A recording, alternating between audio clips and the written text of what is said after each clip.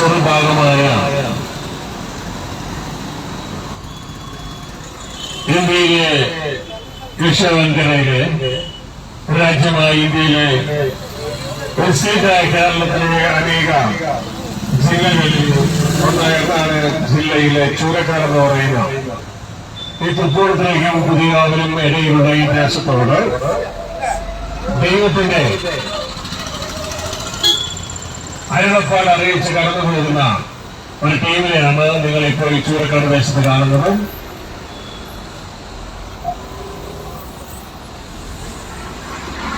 ദൈവത്തിന് മാനവരാഴ്ചയോട് പറയാനുള്ള ഈ അരുളപ്പാട് നിങ്ങളെ അറിയിക്കുകയാണ്. നമ്മുടെ ജീവിതം ഒരല്പ ദിവസത്തേക്ക് മാത്രമേ ഉള്ളൂ. അത് കഴിഞ്ഞാൽ നമ്മളുടെ ഈ തിരക്ക് പിടിച്ച ജീവിതം, സമയമില്ലാത്ത ജീവിതം ഇവിടെ കൊണ്ട് അവസാനിച്ച് നാം ഒരു ശവപ്പെട്ടിയിൽ അല്ലെങ്കിൽ നമ്മുടെ കൂടി 24 മണിക്കൂർ പോലെ കാത്തു സൂക്ഷിക്കുവാൻ കഴിയാതെ ഇവിടെ നിന്ന് നമ്മുടെ കൂടെയുള്ള ജനങ്ങൾ മാറ്റും. ഈ സഹോദരിയിലെ വളരെ ചെറിയ ഒരു ജീവിതമാണ് നമ്മളുടേത്. ഇതിന്റെ ഇടയിൽ നമ്മുടെ സൃഷ്ടാവായ ദൈവത്തിന് മാനവരാശിയോട് അറിയിക്കുന്ന ആ സന്ദേശം നമ്മളെ അറിയുകയാണ്. ഈ സന്ദേശം മനസ്സിലാക്കിക്കൊണ്ട് നാം നമ്മുടെ ജീവിതം ക്രമപ്പെടുന്നുവെങ്കിൽ നമ്മുടെ ജീവിതം നന്മയായിരിക്കും. എന്നാൽ ഈ സന്ദേശം കേൾക്കുവാൻ സമയമില്ലാതെ സുബോധമില്ലാതെ ഓടുന്ന ഒരു ലോകത്തെയാണ്, ഒരു കൂട്ടം ജനത്തെയാണ് നമ്മുടെ ചുറ്റും കാണുന്നത്. തിരക്ക് പിടിച്ച് ഓടി, ബിസിനസ് എന്നും ജോലി എന്നും ഒക്കെ പറഞ്ഞ് തിരക്ക് പിടിച്ച് ഓടി വളരെയധികം സമ്പാദിച്ച് അവസാനം സമ്പാദിച്ചൊന്ന് കൊണ്ടുപോകാൻ കഴിയാതെ മരണം അവരെ വെറും വട്ടപൂജ്യമാക്കി ഇവിടുന്ന് കടന്നു പോകും. ഇതിന്റെ ഇടയിൽ സൃഷ്ടാവായ ദൈവത്തിന് ജാതിയില്ലാത്ത, മതമില്ലാത്ത, സംഘടനയില്ലാത്ത, ഗ്രൂപ്പില്ലാത്ത സൃഷ്ടാവായ ദൈവത്തിന് സൃഷ്ടികളായ നമ്മളോട് ജാതിയിലും മതത്തിലും സംഘടനയിലും ഗ്രൂപ്പിലും മരണത്തിലും ഒക്കെ പെട്ടുപോയ നമ്മളോട് പറയാനുള്ള സന്ദേശമാണ് ഇപ്പോ നിങ്ങളെ അറിയിക്കുന്നത്. ദൈവം നിങ്ങളുടെ ആരുടെയെങ്കിലും ഹൃദയങ്ങളെ തുറക്കുവാൻ ഇടയാകട്ടെ, ഇത് ശ്രമിക്കാനുള്ള അവസരം നിങ്ങൾക്ക് തരട്ടെ എന്ന് ഞാൻ ആഗ്രഹിക്കുകയും പ്രാർത്ഥിക്കുകയും നിങ്ങളുടെ ജീവിതത്തിൽ നന്മകൾ വരട്ടെ എന്ന് ആശംസിക്കുകയും ചെയ്യുകയാണ്. വിശുദ്ധ ബൈബിൾ അതൊരു ജാതിയുടെ പുസ്തകമല്ല, മതത്തിന്റെ പുസ്തകമല്ല, സംഘടനയുടെ പുസ്തകമല്ല, ഗ്രൂപ്പിന്റെ പുസ്തകമല്ല. പകരം ദൈവം മാനവരാശിയോട് അറിയിക്കുന്ന സ്നേഹ സന്ദേശമാണ് അതിലുള്ളത്. നാം ആരാണ്? ദൈവം നമ്മളെ സൃഷ്ടിച്ചത് എന്തിനാണ്? നാം ഇവിടെ എന്താണ് ചെയ്യേണ്ടത്? എങ്ങനെയാണ് ചെയ്യേണ്ടത്? എന്തുകൊണ്ട് മരിക്കുന്നു? മരിച്ചതാർക്ക് റിപ്പോർട്ട് ചെയ്യേണ്ടത്? തുടർന്നുള്ള ജീവിതം എങ്ങനെ? ഇങ്ങനെയുള്ള ചോദ്യങ്ങൾ മനുഷ്യർ ചോദിക്കാതിരിക്കുമ്പോൾ ഈ ചോദ്യങ്ങളുടെ എല്ലാ ഉത്തരം വിശുദ്ധ ബൈബിളിൽ വളരെ വ്യക്തതയോടെ രേഖപ്പെടുത്തിയിരിക്കുന്നു. ആ ബൈബിളിലെ പുതിയ ഉടമ്പടി ഭാഗത്തെ ഒരു ഭാഗമാണ് ഇങ്ങനെ എഴുതിയിരിക്കുന്നു: രാജത്വത്തിന്റെ സുവിശേഷം സർവരാഷ്ട്രങ്ങൾക്ക് സാക്ഷ്യമായി ലോകത്തിൽ എല്ലായിടവും അറിയിക്കപ്പെടും, അതോടെ യുഗം അവസാനിക്കും. അതുകൊണ്ട് പ്രിയ സഹോദരങ്ങളെ, അത് സാക്ഷ്യമായി ഇപ്പോൾ ഈ ചൂരക്കാട് ദേശത്തോട് അറിയിച്ച് കടന്നു പോവുകയാണ് ചെയ്യുന്നത്. ഏതാനും മിനിറ്റുകൾ കൊണ്ട് ഞങ്ങൾ ഇവിടുന്ന് കടന്നു പോകും. നാളെ ഈ ചൂരക്കാട് ദേശത്തുകൾ പറയരുത് ഞങ്ങളത് അറിഞ്ഞില്ല, ഞങ്ങളത് കേട്ടില്ല എന്ന് പറയുവാനായിട്ട് ഇടയാക്കരുത്. പ്രിയ സഹോദരങ്ങളെ, ഒരുപക്ഷെ നിങ്ങൾ ചോദിക്കാം, എന്താണ് ഈ രാജ്യത്വത്തിന്റെ സുവിശേഷം? ആരാണിത് പ്രസംഗിച്ചത്? പ്രിയ സഹോദരങ്ങളെ, ഇത് പ്രസംഗിച്ചത്, ഇത് അറിയിച്ചത് ദൈവത്തിന്റെ പുത്രനായ ക്രിസ്തുവാണ്. ഇത് പ്രസംഗിച്ചത്, ഇത് അറിയിച്ചത്. ഇതിന്റെ സന്ദേശം എന്താന്ന് വെച്ച് കഴിഞ്ഞാൽ, അത്യുന്നതനായ ദൈവം, ജാതിയില്ലാത്ത, മതമില്ലാത്ത, സംഘടനയില്ലാത്ത, ഗ്രൂപ്പില്ലാത്ത, നമ്മെപ്പോലെ മരണമില്ലാത്ത പ്രപഞ്ചത്തിന്റെ സൃഷ്ടാവായ അത്യുന്നതനായ ദൈവം നമ്മളോട് കൂടെ പാർക്കുവാൻ ആഗ്രഹിക്കുന്നു. ദൈവം കുടുംബനാഥനായിട്ടുള്ള ഒരു കുടുംബമായി നമ്മളെ മാറ്റുവാൻ ആഗ്രഹിക്കുന്നു. അതുകൊണ്ട് ദൈവരാജ്യം സമീപിച്ചിരിക്കുന്നു. മനുഷ്യ, നീ മാനസാന്തരപ്പെടുക എന്ന സന്ദേശമാണ് സ്വർഗത്തിലെ ദൈവം നമ്മെ അറിയിക്കുവാനായിട്ട് അടിയായത് തന്റെ പുത്രനായ ക്രിസ്തുവിലൂടെ. നമ്മളുമായി ഒരു കുടുംബമായി തീരുവാൻ ദൈവം ആഗ്രഹിക്കുന്നു. എന്നാൽ നമ്മൾ ഇത് അറിയാതെ സുബോധം നഷ്ടപ്പെട്ട ഒരു വ്യക്തിയെ പോലെ നമ്മളിത് അറിയാതെ ലോകത്തിലെ ഈ സംവിധാനത്തിൽ നമ്മൾ ഓടിക്കൊണ്ട് നമ്മൾ ജോലിയൊന്നും ബിസിനസ്സൊന്നും പണിയൊന്നും ഒക്കെ പറഞ്ഞ് പലതും സമ്പാദിച്ചു കൂട്ടി അതൊന്നും കൊണ്ടുപോകാൻ കഴിയാതെ ഞാൻ സമ്പാദിച്ചൊന്ന് കൊണ്ടുപോകാൻ കഴിയാൻ മരണം നമ്മളെ കീഴ്പ്പെടുത്തുന്ന ഒരു കാഴ്ചയാണ് ചുറ്റും കണ്ടുകൊണ്ടിരിക്കുന്നത്. നമ്മുടെ മാതാപിതാക്കന്മാരെ നമ്മുടേതായ ഈ ലോകത്തിൽ ഉണ്ടായിരുന്നവരെയൊക്കെ മരണം കൊണ്ടുപോയി, നമ്മളെയും കൊണ്ടുപോകും. എന്നാൽ മരിക്കുന്ന മനുഷ്യരോടുകൂടെ ജീവിക്കുന്ന തലത്തിൽ നിന്ന് നമ്മുടെ മരണമില്ലാത്ത ദൈവത്തോടുകൂടെ ജീവിക്കുന്ന തലത്തിലേക്ക് ദൈവകുടുംബത്തിലേക്ക് നമ്മൾ ഇൻവൈറ്റ് ചെയ്യുന്ന സന്ദേശമാണ് ഞങ്ങൾ നേരെ അറിയിക്കുന്നത്. ഇത് അറിയിച്ചത് യേശുക്രിസ്തുവാണ്. ഇതിന്റെ പേരാണ് രാജ്യത്വ സുവിശേഷം. ദൈവ കുടുംബനാഥനായുള്ള കുടുംബത്തിലേക്ക് നിങ്ങൾ ഏവരെയും സ്വാഗതം ചെയ്യുകയാണ്, മരണം നമ്മെ കീഴ്പ്പെടുത്തുന്നതിന് മുമ്പ്. അപ്പൊ പ്രിയ സഹോദരങ്ങളെ, നമുക്കൊരു ചിന്തയുണ്ടാകും. നിങ്ങൾ ആർക്കെങ്കിലും ഒരു ചിന്തയുണ്ട്, ഇതാ എനിക്ക് ആ ദൈവം കുടുംബനാഥനായിട്ടുള്ള കുടുംബത്തിലേക്ക് ദൈവത്തോടുകൂടെ ജീവിക്കാൻ എനിക്ക് താല്പര്യമുണ്ട്.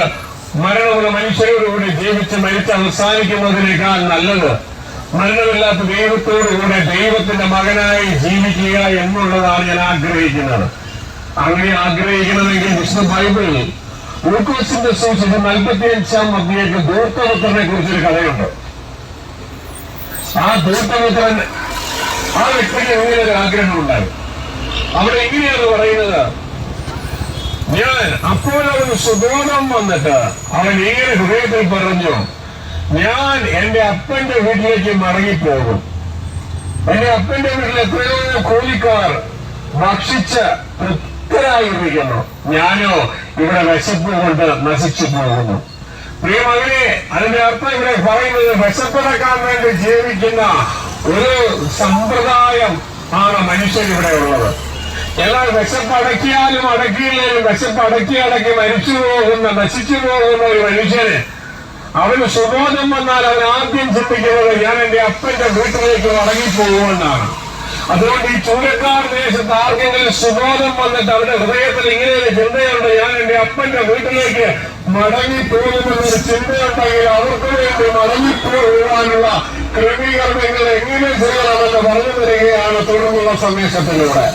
അപ്പൊ സുവിശേഷത്തിന്റെ ആദ്യമായ ലക്ഷ്യമാണ് നമ്മുടെ സ്വർഗീയ പിതാവിനോടുകൂടിയുള്ള ജീവിതം. അത് താല്പര്യപ്പെടുന്ന വ്യക്തികൾക്ക് ഇനി അതിനുള്ള മാർഗം പറഞ്ഞുതരാം. അങ്ങനെ ലക്ഷ്യവും മാർഗവും ഒരുമിച്ച് കടന്നു വരുന്ന ഒരു സുവിശേഷ സന്ദേശമാണ് നിങ്ങളിപ്പോൾ കേൾക്കുന്നത്. അതുകൊണ്ട് പ്രിയ സഹോദരങ്ങളെ, അതിനുള്ള ഏക മാർഗം എന്ന് പറയുന്നത് ആകാശത്തിന് കീഴിൽ മനുഷ്യരെ രക്ഷിച്ച് ഏത് മനുഷ്യരെ എവിടെ നിന്ന് രക്ഷിപ്പാൻ ദൈവം സൃഷ്ടിച്ച മനുഷ്യരെ പാപത്തിൽ നിന്നും മരണത്തിൽ നിന്ന് രക്ഷിച്ചു കൊണ്ടുപോകുവാൻ ഒരേ ഒരു വഴിയുള്ളൂ. ആ വഴിയാണ് സ്വർഗത്തിലെ ദൈവം തന്നിരിക്കുന്ന തന്റെ പുത്രനായ യേശുക്രിസ്തുവിന്റെ നാമം. നാം അവിടുന്ന് എന്റെ കുടുംബത്തിലേക്ക് യാത്രയാകാൻ ആഗ്രഹിച്ചാൽ നമുക്ക് കഴിയത്തില്ല. കാരണം പാപം നിമിത്തം മരണത്തിനായി ലോകമെന്ന ജയിൽ പിശാചെന്ന ജയിലിന്റെ കീഴിൽ ഇതാ കൊലക്കുറ്റത്തിന് കൊല്ലുവാൻ തക്കവണ്ണം ഏൽപ്പിക്കപ്പെട്ടിരിക്കുന്ന വ്യക്തിത്വങ്ങളാണ് ഞാനും നിങ്ങളും.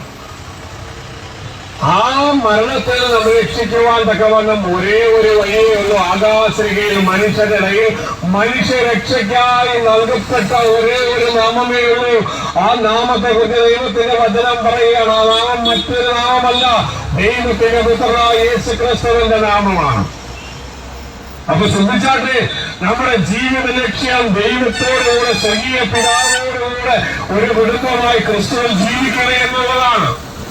എന്നാൽ അതിലേക്ക് എത്തിച്ചേരുവാൻ നമുക്ക് മാർഗമില്ലാതിരിക്കുമ്പോൾ സ്വർഗത്തിലെ ദൈവം ഒരു മാർഗം നമുക്ക് വേണ്ടി തുറന്നിരിക്കുകയാണ് തന്റെ പുത്രനായ യേശുക്രിസ്തുവിന്റെ കാൽവരി ക്രൂശിലെ യാഗത്തിലൂടെ. ഈ ഒരു തിരിച്ചറിവ് മക്കളെ നിങ്ങൾക്കുണ്ടായിക്കൊണ്ട് പാപത്തിന്റെ ശമ്പളമാണ് മരണം. മരണം നെരുക്കമാണ്, പാപം നെരുക്കമാണ്. മരണത്തിനായി പിടിക്കപ്പെട്ടത് ഈ ലോകമെന്ന ജയിലിൽ അകപ്പെട്ടിരിക്കുന്നത്. എന്നാൽ അതിൽ നിന്ന് രക്ഷപ്പെടുവാൻ ദൈവം തന്നിരിക്കുന്ന ഒരേ ഒരു വഴിയാണ്, ഒരേ ഒരു മാർഗമാണ്. തന്റെ പുത്രനായ യേശുവിന്റെ നാമം, യേശു ക്രിസ്തു കാൽവരി ക്രൂശിൽ മരിച്ചത് എന്റെ പാപത്തിന് വേണ്ടിയാണ് വിശ്വസിച്ചുകൊണ്ട്, ഞാൻ മരിക്കേണ്ട സ്ഥാനത്ത് യേശു മരിച്ചത് വിശ്വസിച്ചുകൊണ്ട് ആ യേശുവിനെ ഹൃദയത്തിലേക്ക് കർത്താവായി, രക്ഷിതാവായി, നിങ്ങളുടെ നായകനായി, നിങ്ങളുടെ നാഥനായി സ്വീകരിച്ച് യേശുവെ അനുഗമിച്ച് അനുസരിപ്പാൻ തീരുമാനമെടുക്കുന്നുവെങ്കിൽ പ്രിയമകനെ നിന്റെ ലക്ഷ്യമായി ദൈവത്തോടുകൂടെ ജീവിതത്തിലേക്ക് എത്തിച്ചേരുവാൻ കഴിയുമെന്ന് അതിനെ അറിയുകയാണ്, നിന്നെ ഓർപ്പിക്കുകയാണ്. അപ്പോൾ നമ്മുടെ ജീവിതത്തിന്റെ ലക്ഷ്യം എന്ന് പറയുന്നത് സ്വർഗീയ പിതാവിനോടുകൂടെയുള്ള ജീവിതമാണ് എങ്കിൽ അതിലേക്ക് എത്തിച്ചേരുവാനുള്ള ഏക മാർഗം ദൈവത്തിന്റെ പുത്രനായ ക്രിസ്തു യേശുവാണ്.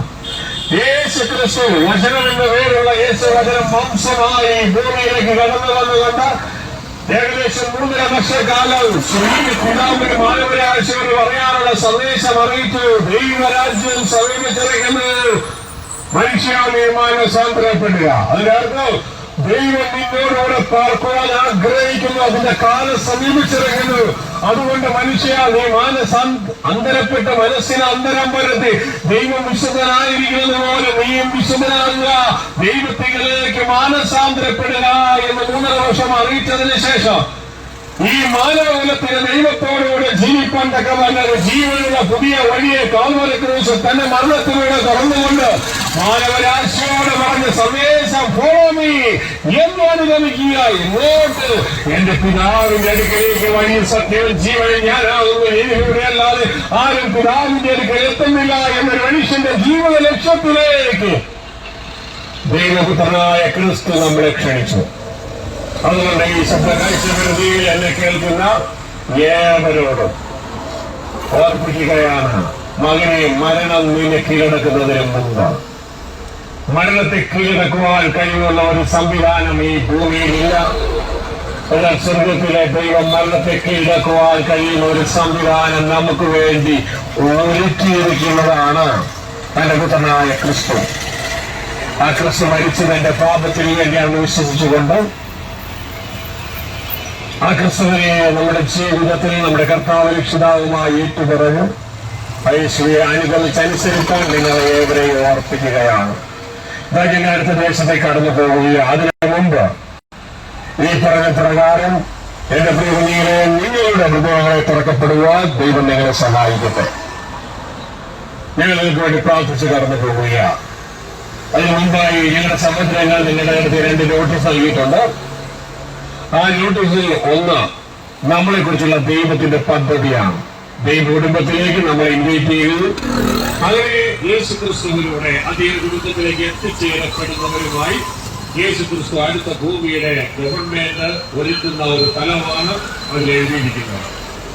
കാരണം ഞാനും നിങ്ങളും പ്രിയമകളെ ഈ ലോകത്തിൽ ദൈവത്തിന്റെ മക്കളായി ഈ ഭൂമിയുടെ ഭരണകർത്താക്കന്മാരായി തീരുവാൻ അദ്ദേഹം മുന്നേറ്റിരിക്കുക. അതിലേക്ക് നിങ്ങൾ ഇൻവൈറ്റ് ചെയ്യുന്ന സന്ദേശമാണ് അതിലൂടെ ട്രാക്കിൽ എഴുതിയിരിക്കുന്നത്. ഞങ്ങളിവിടെ പറഞ്ഞതുപോലെ നിങ്ങൾ മറന്നുപോകും, എന്നാൽ ട്രാക്കിൽ നിങ്ങൾ മറക്കുകയും.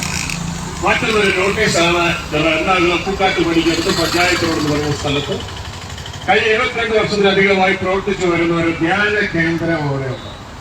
ആ ധ്യാന കേന്ദ്രത്തിൽ എല്ലാ മാസവും ആദ്യ തിങ്കളാഴ്ച ആരംഭിച്ച് ശനിയാഴ്ച അവസാനിക്കുന്ന ആ ധ്യാന യോഗത്തിലേക്ക് നിങ്ങളെ ഇൻവൈറ്റ് ചെയ്യുകയാണ്. കടന്നു വന്നാട്ടെ. ഇതിനെക്കുറിച്ച് കൂടുതൽ അറിയാൻ നിങ്ങൾ താല്പര്യപ്പെടുത്തുമെങ്കിൽ ഞങ്ങളുടെ ടെലിഫോൺ നമ്പർ ആ നോട്ടീസിന്റെ താഴെ രേഖപ്പെടുത്തിയിട്ടുണ്ട്. നിങ്ങൾ ഞങ്ങളെ വിളിക്കുന്നുവെങ്കിൽ ഞങ്ങൾ നിങ്ങളെ സഹായിക്കുന്നതായിരിക്കും.